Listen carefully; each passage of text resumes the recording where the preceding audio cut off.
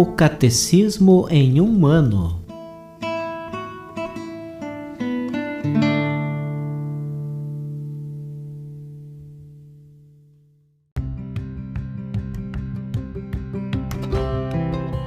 Olá, eu sou Antônio, seminarista da Diocese de Ponta Grossa, no Paraná. Você está ouvindo o podcast O Catecismo em um ano. Vamos ler todo o Catecismo da Igreja Católica ao longo de 365 episódios. Estamos utilizando a tradução em português apresentada pela CNBB em 2013, baseada na edição típica em latim. Baixe o plano de leitura por meio de um link que você encontra na página do Instagram, @o Catecismo em um ano, ou na descrição deste podcast.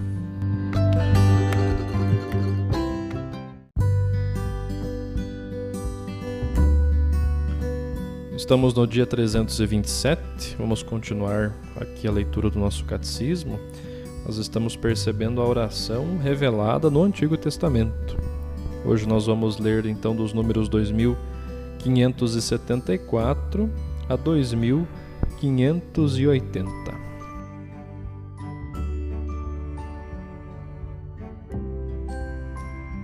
Moisés e a oração do mediador. Logo que começa a se realizar a promessa, a Páscoa, o êxodo, a entrega da lei e a conclusão da aliança, a oração de Moisés é a tocante figura da oração de intercessão que se realizará no único mediador entre Deus e a humanidade, o homem Cristo Jesus. Também aqui Deus vem por primeiro. É Ele quem chama Moisés do meio da sarça ardente. Este acontecimento será sempre, na tradição espiritual judaica e cristã, uma das figuras primordiais da oração.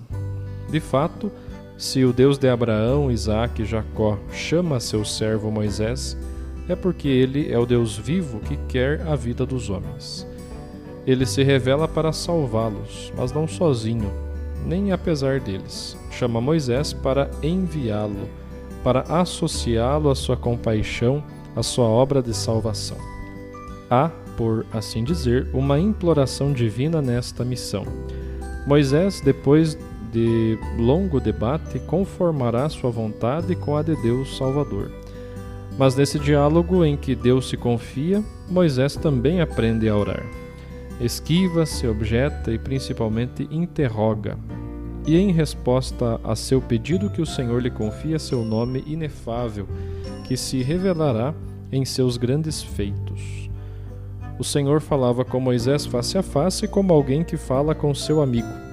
A oração de Moisés é característica da oração contemplativa, graças à qual o servo de Deus é fiel à sua missão. Moisés conversa muitas vezes e longamente com o Senhor, subindo a montanha para ouvi-lo e lhe implorar, e descendo ao povo para lhe repetir as palavras de seu Deus e guiá-lo. Ele é homem de confiança em toda a minha casa. Com ele falo face a face, às claras e não em enigma. Isso está em Números capítulo 12, do 7 ao 8. Pois Moisés era homem muito humilde, mais do que qualquer outra pessoa sobre a terra. Isso está em Números 12, versículo 3. Dessa intimidade com o Deus fiel, lento para a cólera e cheio de amor, Moisés tirou a força e a tenacidade de sua intercessão. Não ora por si mesmo, mas pelo povo que Deus adquiriu. Durante o combate com os amalecitas, ou para obter a cura de Míriam, Moisés intercede. Mas é sobretudo depois da apostasia do povo que ele se manteve na brecha, diante de Deus para salvar o povo. Os argumentos de sua oração, a intercessão também é um combate misterioso, inspiram a audácia dos grandes orantes do povo judeu e da Igreja. Deus é amor, por isso é justo e fiel, não pode se contradizer, deve se lembrar de suas ações maravilhosas, sua glória está em jogo, não pode abandonar o povo que traz seu nome. Davi e a oração do rei. A oração do povo de Deus florescerá à sombra da casa de Deus, na arca da aliança e mais tarde do templo. São principalmente os guias do povo, os pastores e os profetas que o ensinarão a orar. Samuel, menino, teve de aprender de sua mãe Ana como se portar diante do Senhor, e do sacerdote Eli como ouvir sua palavra. Fala, Senhor, que teu servo escuta. Mais tarde também ele conhecerá o preço e o peso da intercessão. Quanto a mim, longe de mim, que eu venha a pecar contra o Senhor, deixando de orar por vós e de vos mostrar o caminho bom e reto.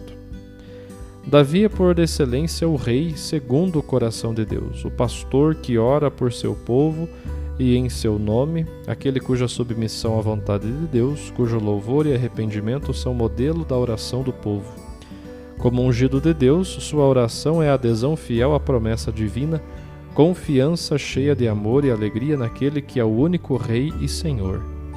Nos Salmos, Davi, inspirado pelo Espírito Santo, é o primeiro profeta da oração judaica e cristã. A oração de Cristo, verdadeiro Messias e Filho de Davi, revelará e realizará o sentido dessa oração. O Templo de Jerusalém, a casa de oração que Davi queria construir, será a obra de seu filho Salomão. A oração da dedicação do templo se apoia na promessa de Deus e em sua aliança, na presença ativa do seu nome entre o povo e a lembrança dos grandes feitos do Êxodo. O rei levanta então as mãos ao céu e suplica ao Senhor por si, por todo o povo, pelas gerações futuras, pelo perdão dos pecados, pelas necessidades de cada dia, para que todas as nações saibam que Ele é o único Deus e para que o coração do seu povo seja inteiramente dele.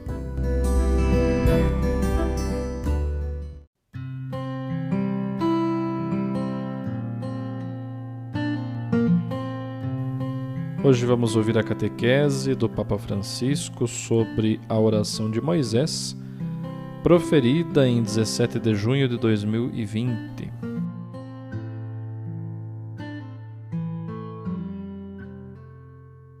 No nosso itinerário sobre o tema da oração, damos-nos conta de que Deus nunca gostou de lidar com orantes fáceis, nem sequer Moisés será um interlocutor fraco desde o primeiro dia da sua vocação.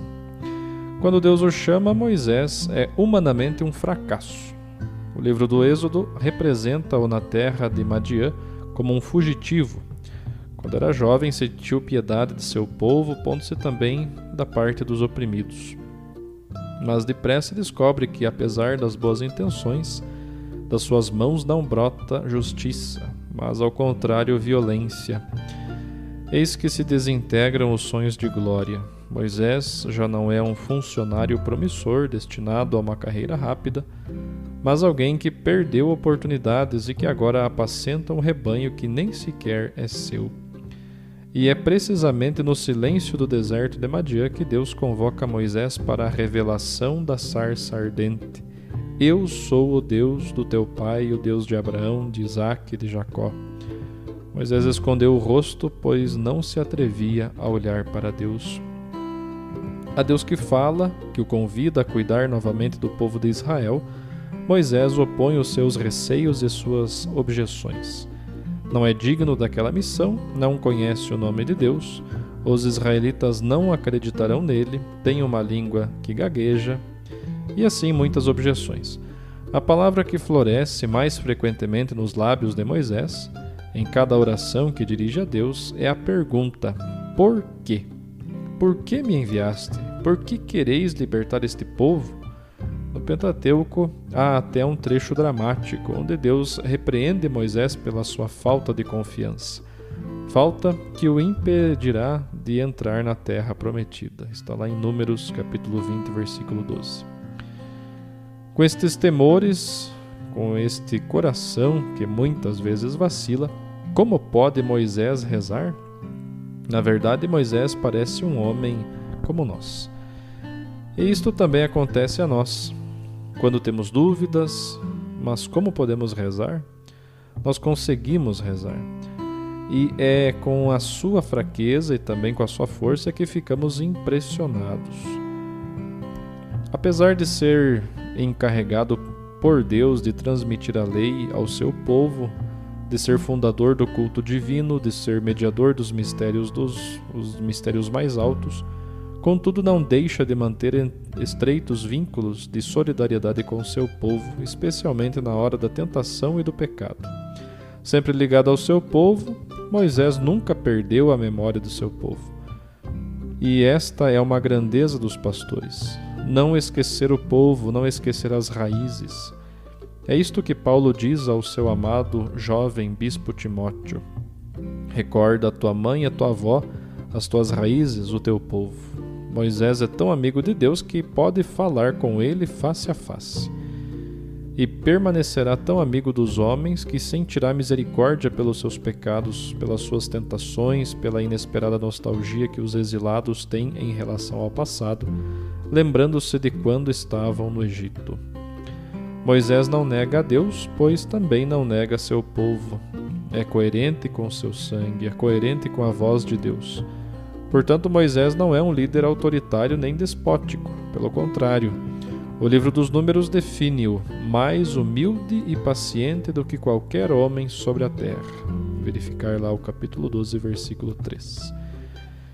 Apesar da sua condição privilegiada, Moisés não deixa de pertencer àquele grupo de pobres em espírito que vivem fazendo da confiança em Deus o viático do próprio caminho. Ele é um homem do povo. Assim, a forma mais adequada de Moisés rezar será a intercessão. A sua fé em Deus é uma só com o sentido de paternidade que nutre pelo seu povo. Habitualmente a Escritura representa-o com as mãos erguidas para o alto, para Deus, como se servisse de ponte com a sua pessoa entre o céu e a terra. Até nos momentos mais difíceis, até no dia em que o povo rejeita a Deus e a ele mesmo como guia, fazendo um bezerro de ouro, Moisés não quer pôr de lado o seu povo. É o meu povo, é o seu povo, é o meu povo. Não nega a Deus ou ao povo. E diz a Deus: este povo cometeu um grande pecado, fez para si mesmo um Deus de ouro. Rogo-vos que lhes perdoeis este pecado. Caso contrário, apagai-me do livro que escrevestes. Moisés não permuta o povo. Ele aponta ao intercessor, ambos, o povo e Deus, e ele está no meio. Ele não vende o seu povo para fazer carreira, não é um carreirista, é um intercessor, pelo seu povo, pela sua carne, pela sua história, pela sua gente e por Deus que o chamou. É a ponte.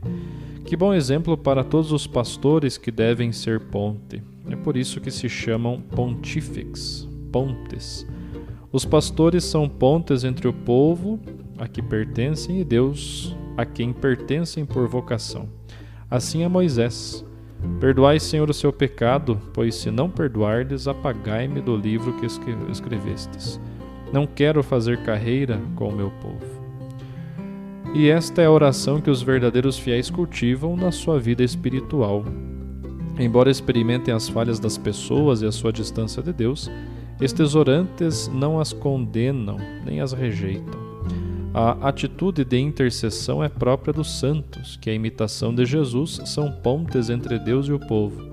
Nesse sentido, Moisés foi o maior profeta de Jesus, nosso defensor e intercessor. E também hoje Jesus é o pontífex. Ele é a ponte entre nós e o Pai. E Jesus intercede por nós, mostra ao Pai as feridas que são o preço de nossa salvação e intercede. E Moisés é a figura de Jesus que reza por nós hoje, ele intercede por nós. Moisés exorta-nos a rezar com o mesmo fervor de Jesus, a interceder pelo mundo, a recordar que ele, apesar de todas as suas fragilidades, pertence sempre a Deus. Todos pertencem a Deus, os piores pecadores, as pessoas mais perversas, os líderes mais corruptos, são filhos de Deus e Jesus sente isso e intercede por todos. E o mundo vive e prospera graças à bênção dos justos, à oração de piedade, esta oração de piedade que o santo, o justo, o intercessor, o sacerdote, o bispo, o papa, o leigo, qualquer batizado, eleva incessantemente pelos homens em todos os lugares e épocas da história. Pensemos em Moisés, o intercessor, e quando temos vontade de condenar alguém e nos irritamos interiormente, irritar-se faz bem, mas condenar não. e intercedemos por ele. Isto ajuda-nos muito.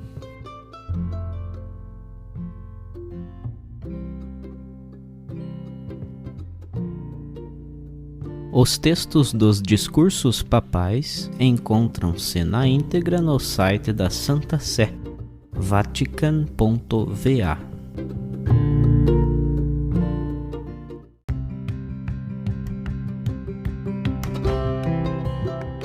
Você acaba de ouvir mais um episódio do podcast O Catecismo em um Ano. Continue nesse bom propósito de aprofundar o conhecimento e a vivência da fé católica e procure participar da sua comunidade. Rezemos por todos que estão fazendo esse caminho de leitura do Catecismo. Até amanhã!